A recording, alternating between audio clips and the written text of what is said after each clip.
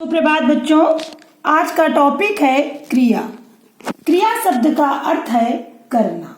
क्या है बच्चों? करना। अब क्रिया की परिभाषा क्या होती है ये पढ़ेंगे। बच्चों, जिस शब्द से किसी कार्य का करना या होना पाया जाए या जिस शब्द से किसी कार्य के करने या होने का पता चलता है, उन शब्दों को बच्चों क्या कहते हैं? क्रिया कहते हैं। क्या कहते हैं? क्रिया कहते हैं। परिभाषा देखें।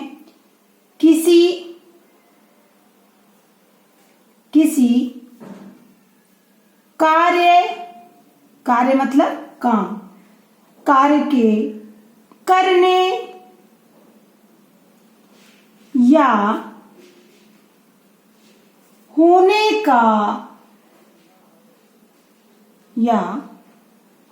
का बोध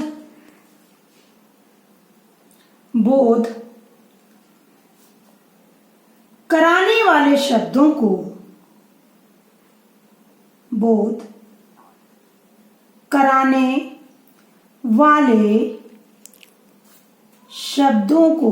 बच्चों क्या कहते हैं?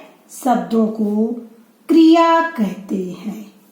क्या कहते हैं? शब्दों को क्रिया कहते हैं। समझ में आ गया बच्चों? क्रिया किसे कहते हैं? जिस शब्द से किसी कार्य के करने या होने का पता चलता है, उन शब्दों को बच्चों क्रिया कहते हैं। क्लियर? जैसे कौन कौन से ऐसे शब्द हैं जिनसे हमें पता चल रहा है कि काम हो रहा है, उन शब्दों को देखेंगे। जैसे बच्चों जाना, खाना, गाना और रोना। इन सब शब्दों से बच्चों काम के होने का पता चल रहा है, इसलिए ये शब्द कौन से हैं? ये सारे शब्द क्रिया शब्द कहलाते हैं। अब बच्चों हम देखेंगे क्रिया का मूल रूप क्या कहलाता है। बच्चों, क्रिया का मूल रूप आप लोग नहीं समझ पा रहे होंगे कि मूल रूप क्या है। पहले बच्चों देखें क्रिया के मूल रूप को क्या कहते हैं। बच्चों, क्रिया का मूल रूप बच्चों क्या कहलाता है? धातु कहलाता है। क्या कहलाता है? क्रिया का मूल रूप धातु कहलाता है।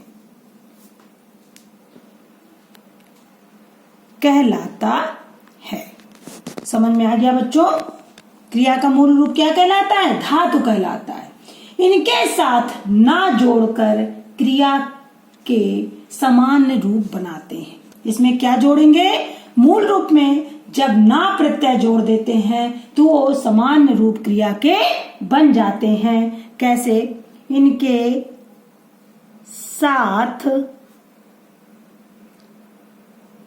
साथ ना, बड़ा ना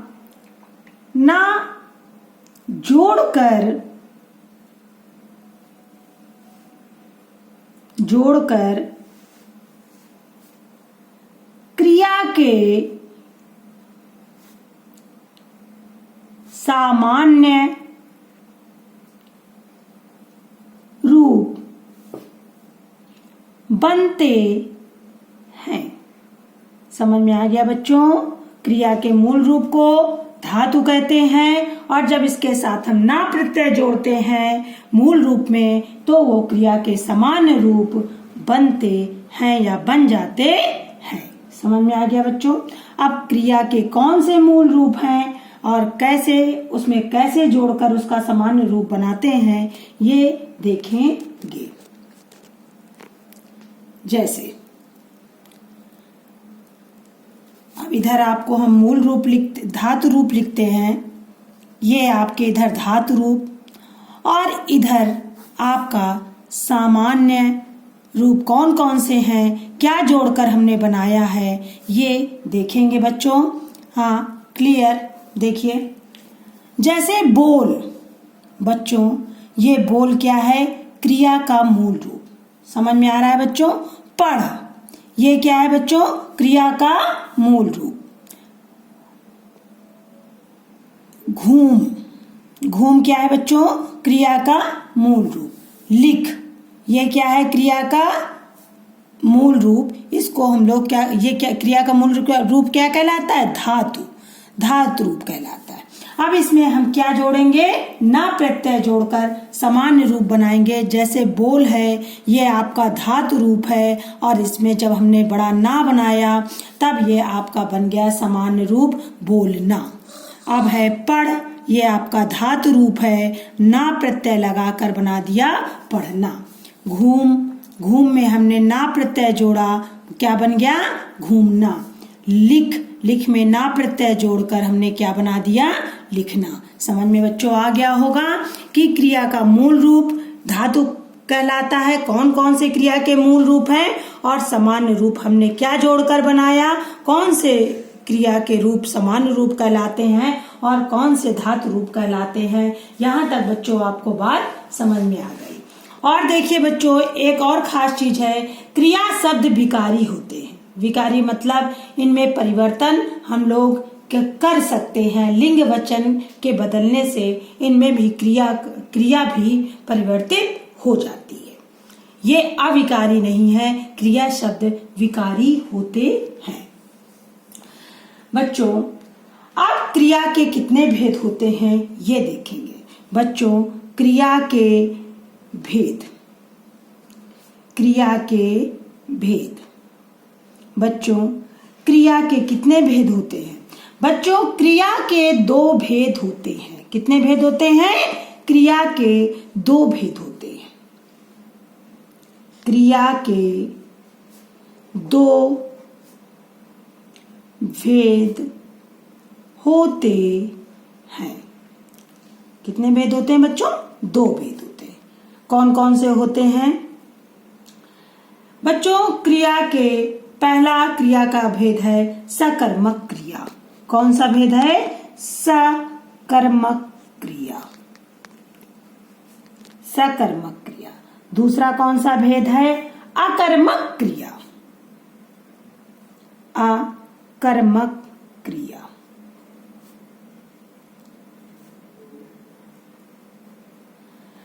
बच्चों, सकर्मक का मतलब क्या है? जिस क्रिया के साथ क्या रहता है? कर्म होता है, कर्म जुड़ा होता है। कर्ता, क्रिया, कर्म सारी चीजें होती हैं, उसे तीनों चीज होती हैं, उसे सकर्मक क्रिया कहते हैं। पहले देखिए सकर्मक क्रिया, सकर्मक क्रिया की परिभाषा देखिए। जिस क्रिया के साथ कर्म होता है, क्या होता है बच्चों? जिस क्रिया के साथ कर्म जुड़ा होता है उसे सकर्मक क्रिया कहते हैं। जिस क्रिया के साथ कर्म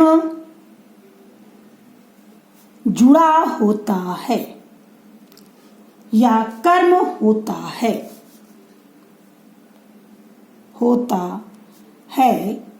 उसे बच्चों सकर्मक क्रिया कहते हैं। क्या कहते हैं बच्चों? उसे सकर्मक क्रिया कहते हैं। यहां तक बच्चों आपको समझ में आ गया? अब हम लोग सकर्मक क्रिया के कौन कौन से होते हैं ऐसे वाक्य लिखकर हम आपको समझाते हैं। जैसे देखिए, इन वाक्यों के माध्यम से आप सकर्मक क्रिया समझिए। जैसे है माली, नंबर 1 देखिए, माली फूल तोड़ता है। माली फूल तोड़ता है। ठीक है बच्चों। दूसरा देखिए, वैभव वैभव पतंग उड़ा रहा है। बच्चों देखिए, इसमें बच्चों तोड़ता और उड़ा रहा, ये ऐसी क्रियाएं हैं, इनके साथ फूल और पतंग क्या है, ये कर्म जुड़े हैं। इन क्रियाओं के साथ तोड़ना क्रिया है, उड़ रहा क्रिया है, फूल और पतंग क्या है बच्चों, कर्म है। इसमें कर्ता क्रिया के साथ कर्म जुड़ा हुआ है। समझ में आ रहा है बच्चों? इसमें कर्ता क्या है, माली। माली फूल तोड़ता है। इस उदाहरण को आप देखिए, माली क्या हुआ, कर्ता, फूल क्या हुआ, कर्म, तोड़ना क्या हुआ, क्रिया। बच्चों इसमें कर्ता के साथ कर्म जुड़ा हुआ है, इसलिए बच्चों ये ऐसा वाक्य क्या कहलाता है, सकर्मक क्रिया, जिसमें कर्म के साथ क्रिया और कर्ता सारी चीजें होती हैं, ऐसी क्रिया सकर्मक क्रिया होती है। समझ में आ गया बच्चों? ऐसी क्रियाएं हैं जिनके साथ कर्म जुड़े हुए हैं। समझ में आ गया? आप देखेंगे अकर्मक क्रिया। क्रिया के दो भेद देखे थे ना बच्चों हम लोगों ने। क्रिया के दो भेद होते हैं। पहला हम लोगों ने सकर्मक क्रिया समझा, अब हम लोग समझेंगे अकर्मक। अकर्मक मतलब जिसमें कर्म क्या होता है, नहीं होता है। क्या होता है? जिसमें कर्म नहीं होता है, जिस क्रिया के साथ कर्म नहीं जुड़ा होता, ऐसी क्रिया अकर्मक क्रिया कहलाती है। जिस क्रिया के साथ कर्म नहीं होता है, जिसमें कर्म अप्रभावित होता है, कर्म नहीं जुड़ा होता, ऐसी क्रियाओं को हम अकर्मक क्रिया कहते हैं। समझ में आ रहा है बच्चों? सकर्मक क्रिया में क्रिया के साथ कर्म जुड़ा होता है, अकर्मक क्रिया में आपके साथ क्रिया के साथ कर्म नहीं होता है, ऐसी क्रियाओं को अकर्मक क्रिया कहते हैं, उसे अकर्मक क्रिया कहते हैं।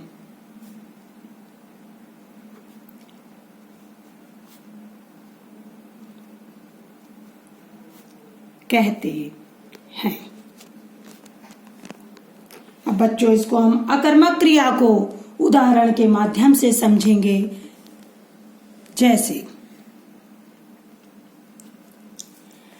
मीना सो रही है, मीना सो रही है।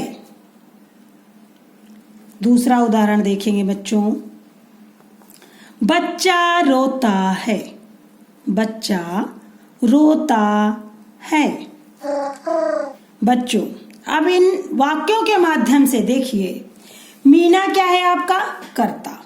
क्या है बच्चों? मीना कर्ता है। इसमें कहीं पे आपको कर्म नहीं दिख रहा। काम क्या कर रही है मीना? किस चीज का काम कर रही है? सोने का। तो सोने का काम हो रहा है। सोना क्या है? क्रिया। और कौन कर रहा है? मीना कर रही है। इसमें क्रिया का सीधा प्रभाव किस पे पड़ रहा है? कर्ता पे पड़ रहा है। कर्म इसमें नहीं है, इसलिए कर्म अप्रभावित है। और ऐसी क्रिया कौन सी क्रिया कहलाती है? अकर्मक क्रिया, जिसमें कर्म नहीं होता है। समझ में आ रहा है बच्चों? ऐसी जिन क्रियाओं के साथ कर्म नहीं जुड़ा होता, ऐसी क्रिया अकर्मक क्रिया कहलाती है। दूसरा वाक्य देखें, बच्चा रोता है। बच्चा क्या कर रहा है? रो रहा है। किस चीज का काम कर रहा है? रोने का। कौन रो रहा है? बच्चा रो रहा है। बच्चा इसमें क्या है? कर्ता। रोना क्या है? क्रिया। और किसी इसमें रोने का प्रभाव किस पे पड़ रहा है? बच्चे पे। कर्म यहाँ पे क्या है? अप्रभावित है। कर्म यहाँ पर नहीं है। ऐसी क्रियाएं कौन सी क्रिया कहलाती हैं? अकर्मक क्रियाएं कहलाती हैं।